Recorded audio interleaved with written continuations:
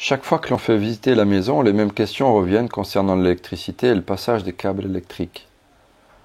L'emplacement des prises, des points lumineux et des interrupteurs a été décidé en amont sur plan, et des plans avec les percements ont été envoyés pour la fabrication.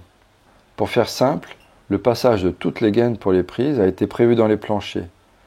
Seul le passage des gaines pour l'éclairage a été prévu dans les murs. En fonction de ces plans, on a déterminé l'emplacement des percements à réaliser dans les murs et envoyé ces plans au fabricant du chalet. En rouge, les percements pour les gaines passant dans le plancher de la mezzanine, puis descendant dans les murs jusqu'au niveau des appliques murales ou des interrupteurs.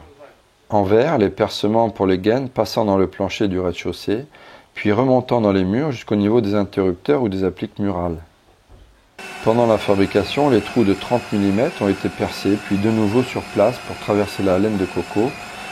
Les gaines de type ICTA ont ensuite été tirées dans les planchers, forcées à l'intérieur des percements, avant de procéder au câblage comme dans toutes les autres installations électriques.